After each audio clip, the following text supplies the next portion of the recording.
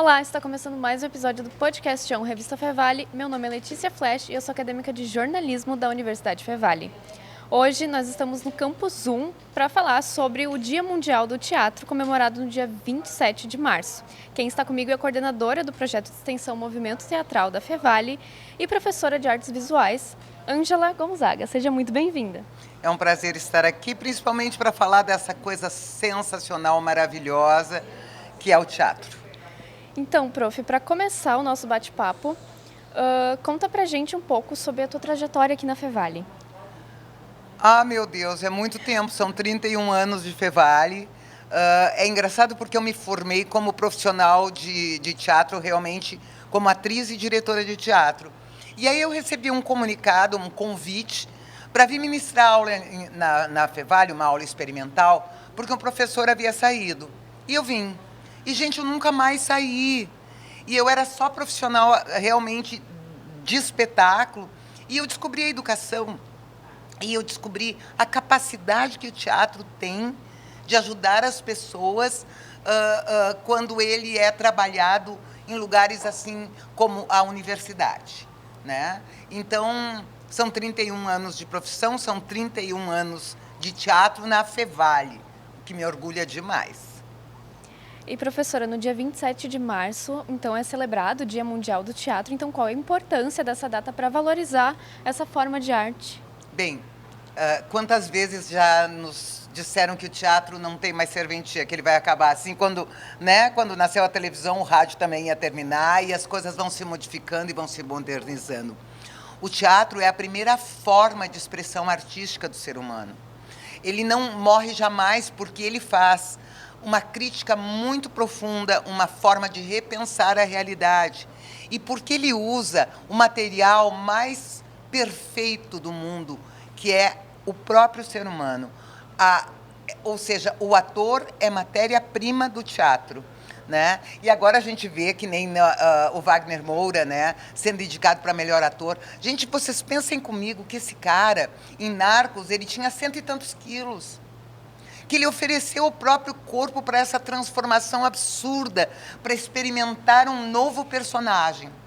Essa possibilidade de viver muitas vidas numa só vida é extremamente encantadora para quem trabalha com teatro. Né? E quem não trabalha diretamente com teatro, como por exemplo aqui na Universidade Fevale, o teatro é propulsor de milhares de sentimentos, emoções e melhorias no indivíduo, como por exemplo, melhora a comunicação, melhora a criatividade, melhora as relações interpessoais. Então o Dia do Teatro ele tem que ser sim comemorado sempre com muita força, com muita potência, porque o teatro se renova a cada ano, ou a cada vez que dizem vai morrer, não tem mais ninguém. Não, é preciso o Dia do Teatro para lembrar que o teatro é uma arte viva e que nós precisamos dar força para que ela continue assim. Então, tu pode falar um pouco sobre o papel do teatro então na sociedade e a importância, né, na formação da cultura das pessoas. Bom, o teatro ocidental, né, nasce lá na Grécia, e desde a Grécia ele tem uma função. Ele, na verdade, ele orienta as pessoas, ele defende ideias, ele é um reflexo da sociedade. Então, na Grécia, por exemplo, só ganhavam os concursos gregos aqueles que defendiam as ideias do Estado. E o teatro estava totalmente atrelado aos governos. Né? E depois a gente foi conquistando a liberdade e hoje o teatro é uma forma de crítica contundente contra situações que nos trazem, digamos, desconforto, desagrado. E o teatro faz pensar, o teatro reflexiona. E o teatro, não o teatro profissional, mas inclusive esses exercícios teatrais, essas propostas teatrais que os grupos trazem para exercitar, eles trazem esse desenvolvimento que eu falei para vocês. Hoje se fala muito em soft skills, né? Essas habilidades comportamentais. O teatro faz exatamente isso. Trabalha as habilidades comportamentais no seu mais profundo ser, assim, sabe? Então, trabalhar em grupo, que é uma coisa dificílima, se aprende no teatro. A habilidade de lidar com o outro para que ele possa desenvolver melhor o seu potencial, se aprende no teatro. desenvolvimento de um pensamento reflexivo. Tu precisa pensar sobre o que tu estás fazendo. Tu precisa... E aí a coisa mais linda do teatro, que eu acho, é que nessa possibilidade de viver muitos papéis, eu posso viver o bom e o ruim. Eu sempre digo que a Lady Macbeth, de Shakespeare, é um personagem tão maravilhoso, porque quando ela morre de ódio, ela faz um caldeirão, uma poção para matar as pessoas, que é maravilhosa. Poder exercitar isso brincando de ser a Lady Macbeth, brincando de poder ser má, eu domino, eu controlo os meus sentimentos. O teatro faz isso. Nas brincadeiras eu aprendo como aquele personagem agiria e eu também aprendo como lidar com aquele personagem. Então, é por isso que eu reflexiono. Então, eu vejo alguém déspota no teatro e eu sempre penso, eu não quero que seja assim, como eu faria para não ser, ou para destituir essa pessoa. Né? O teatro faz pensar e, por isso, também, às vezes, ela é uma arte que incomoda. Claro que tem o teatro mais popular, digamos que ele não tem esse intuito, mas sempre ele é um reflexo da sociedade. Se ele é muito bobo, é porque a sociedade é muito boba nessa época. Né? As artes refletem realmente a sociedade onde elas estão inseridas. E quais são os principais desafios enfrentados pelo teatro atualmente, tanto no Brasil quanto no cenário cultural em geral? Eu acho que hoje já é mais fácil, mas mesmo assim é sempre difícil escolher a arte, gente. E quando a gente pensa em arte, a gente pensa nas novelas, no Rio de Janeiro, em São Paulo. E a gente vive num estado em que a arte não tem, digamos assim, a mesma repercussão. Né? Escolher viver da arte é uma coisa muito complicada, é preciso vencer muitas barreiras. Ao mesmo tempo, o que eu quero te dizer é o seguinte, não existem profissões mais prazerosas. Não existem profissões mais prazerosas. Tanto é que as pessoas me perguntam assim, o que tu faz, Ângela? Eu faço teatro. Tá, e o que tu trabalha? Por quê? Porque eles pensam que aquilo que eu faço, a brincadeira, é sempre uma brincadeira e não é trabalho. Né? É que o teatro tem essa mistura. Eu acho que os esportes também têm um pouco isso, né? Do prazer, da brincadeira e da seriedade. Só que quando tu encara isso seriamente, é o jogo de futebol, não tem opção. Pode ser um prazer, mas ali tu tá na parede. A mesma coisa, é um espetáculo de teatro. Tu tem prazer, mas ali tu tá executando uma função e defendendo uma profissão. Né? Eu fugi completamente da tua pergunta, eu acho, né? Eu nem sei o que eu estou mais respondendo, gente. Pelo amor de Deus. Mais sobre os desafios do teatro mesmo. Então, eu acho que o desafio do teatro é isso. Nós temos muitos desafios. Sabe, teatro é caro. Porque envolve figurino, envolve cenário, envolve produção. Então, é uma arte bastante sofisticada. Seria muito interessante que os empresários vissem o teatro como um investimento, né? E que, com as leis que existem, eles pudessem, pelo menos, abrir espaço dentro das empresas para que nós pudéssemos captar, através dessas leis, condições para que a gente pudesse ter mais grupos de teatro, principalmente no interior, gente. É muito importante essa experimentação teatral. Ela traz um crescimento para a população de toda a cidade. Normalmente se fala das coisas da cidade quando se começa a fazer teatro. A gente representa, a gente significa, a gente representa a nossa cidade quando nós saímos com teatro. Então, isso é muito importante. E agora, em relação ao movimento teatral, pode explicar um pouquinho sobre a origem dele e o principal objetivo? O movimento teatral surgiu de uma necessidade da própria comunidade de Novo Hamburgo, que veio até a direção há 31 anos atrás e pediu uma oficina de teatro. E, a partir daí, nós começamos. Eu fui chamada e aí nós oferecemos a oficina para a terceira idade. Então, o grupo da terceira idade tem mais idade do que... Tem tanta idade quanto o meu tempo de Fevale. Né?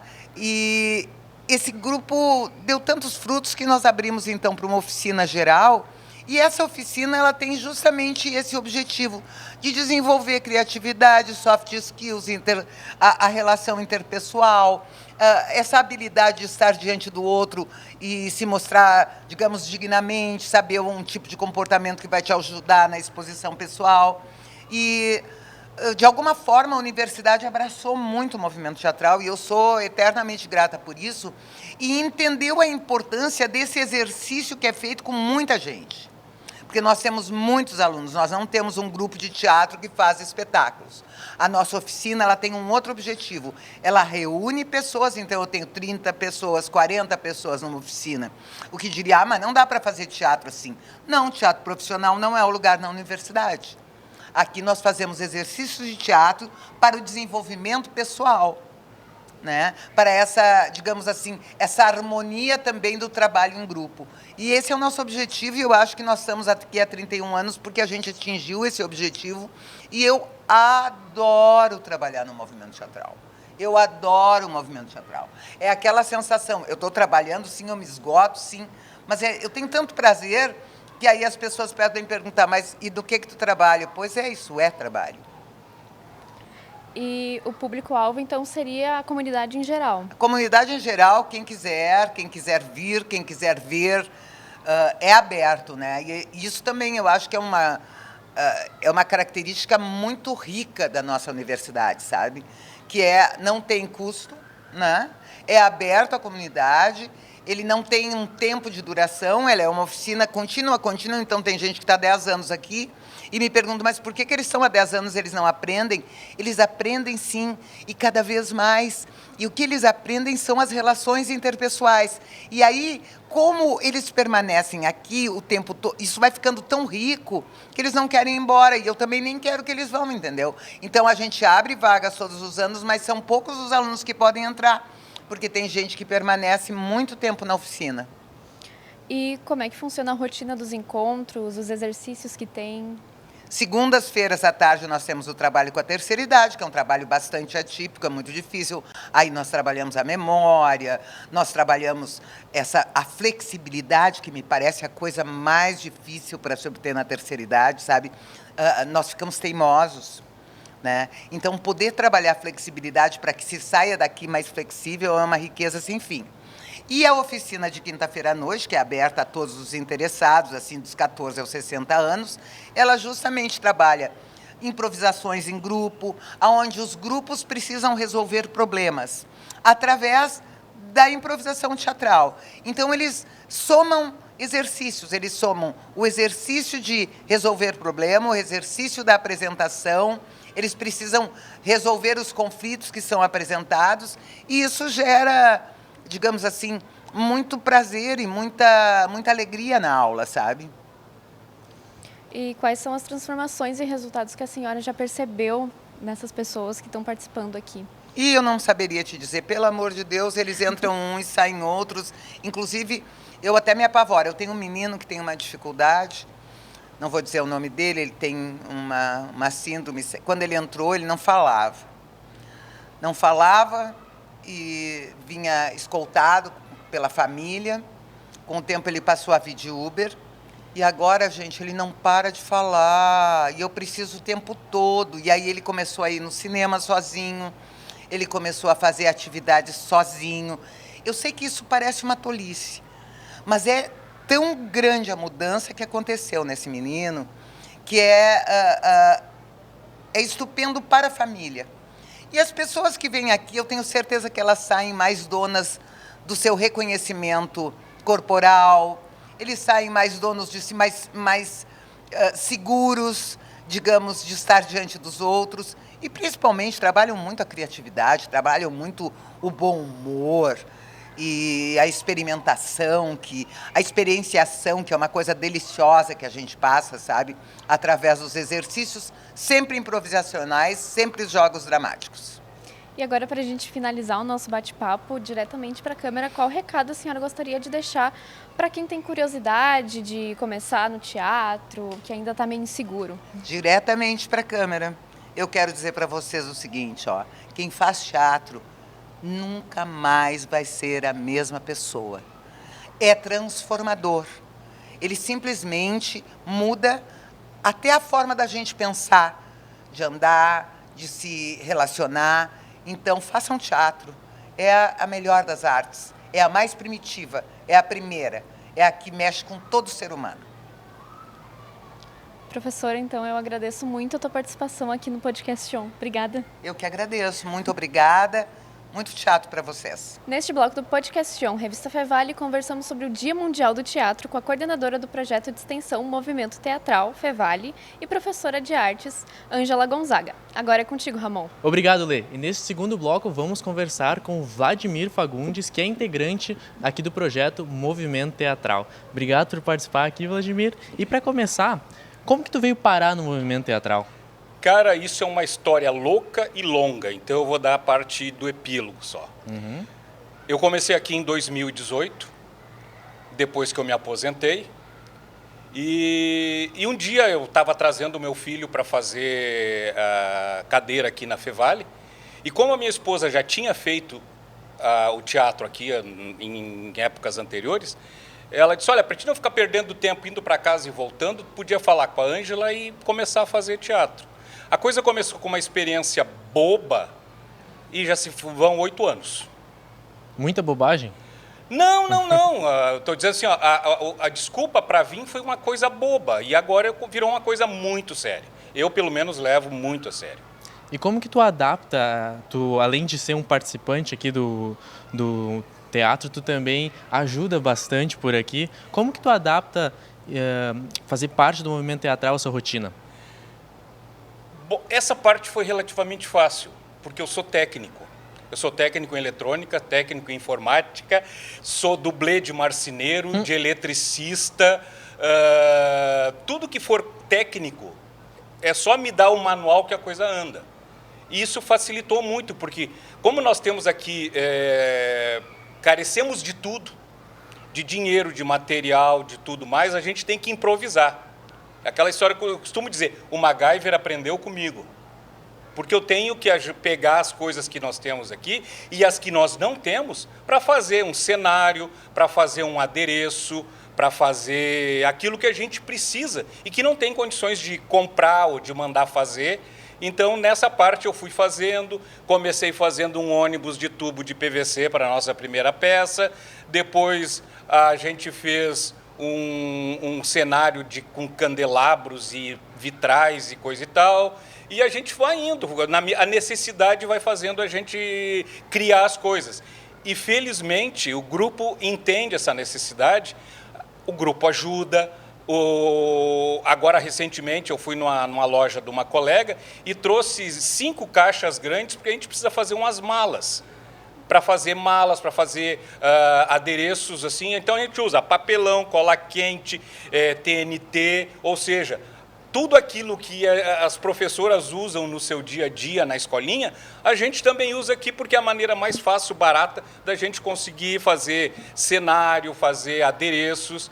E nessa parte aí, como eu sou um velho aposentado, eu dou grande parte do meu tempo e um pouco da minha sabedoria e experiência para fazer esse tipo de negócio que para mim é muito, muito, muito gratificante. Então é um movimento muito além de só praticar e se apresentar. Não, aqui o se apresentar é o resultado de um ano todo de ensaio, de tentativa e erro, de xingão, de maledicência, de pisar nos pés, de se jogar no chão. Tem uma coisa muito estranha, porque como eu participo do grupo das quintas-feiras, que é um grupo de jovens, às vezes eles esquecem que eu tenho 67 anos. E aí eles se jogam em cima, me jogam no chão, nas brincadeiras, assim, eu tenho que dizer, eu estou aqui, eu sou um velho.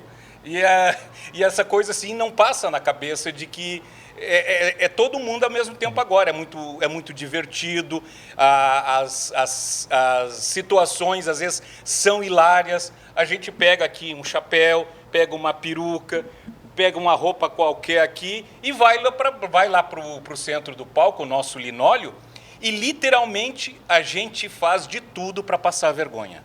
O passar vergonha é o nosso passatempo preferido, porque 99% das vezes o que a gente faz é uma merda.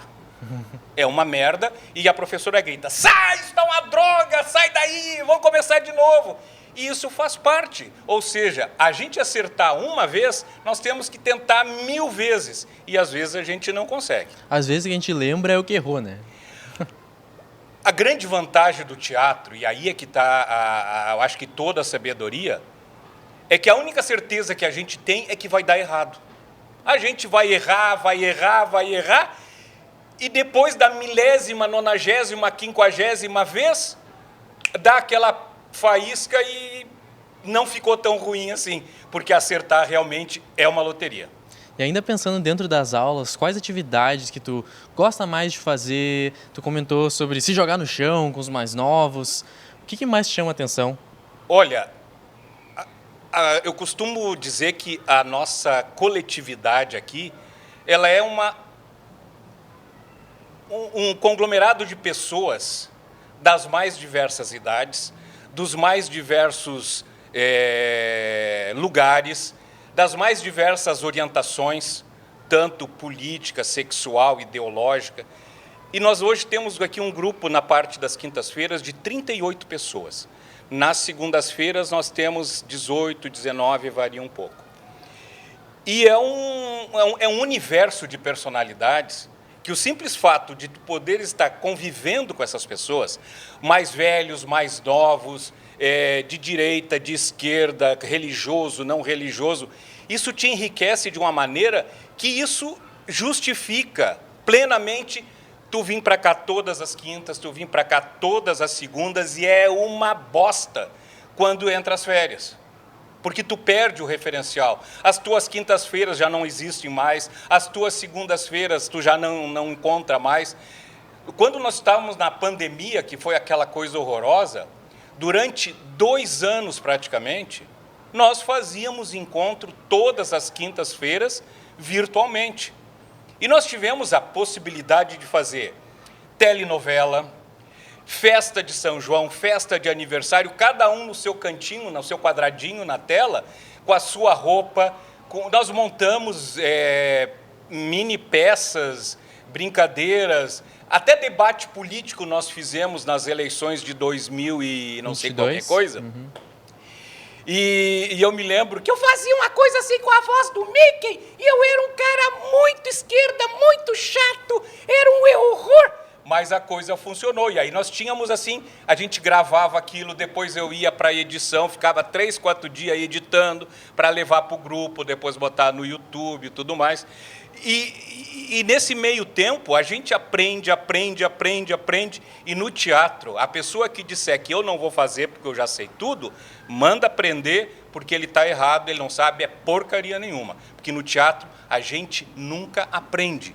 A gente está sempre tentando aprender. Não existe final, não existe formatura, não existe pontinho e até mais. Não, cada vez que tu muda o teu personagem, que a pessoa que está contracenando contigo muda, tu tem que mudar. Tu não vai ter a mesma reação que tu tem com uma pessoa que tu conhece há 10 anos e uma pessoa que começou hoje.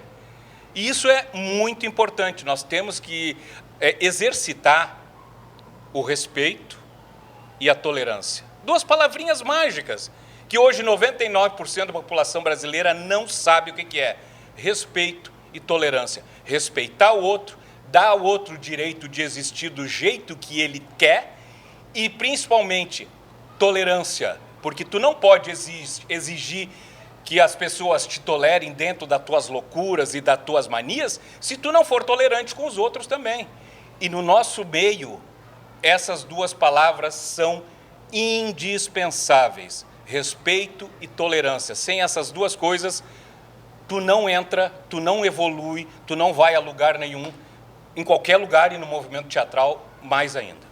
E Vladimir, para te evoluir, para se tornar um artista melhor, tanto como nem para ser um profissional, mas para si mesmo, o que você deve, qual é a abertura que o aluno tem que quão aberto ele tem que estar para as atividades, para os outros colegas, para conseguir adaptar o seu personagem? Aí é a grande sacada que algumas pessoas têm e outras, infelizmente, não terão nunca. Por uma questão de formação, por uma questão de ideologia, coisa e tal. Nós não temos que ter medo de passar vergonha, como eu disse antes. O momento que tu entra num palco e que tu vai te apresentar para alguém, se tu entrar fazendo o gênero Maria, eu tô todo cagado e não sei o que fazer, tu não entra. porque tu vai ser jogado para as feras e lá tu vai ter que botar para fora. Então, a humildade é fundamental.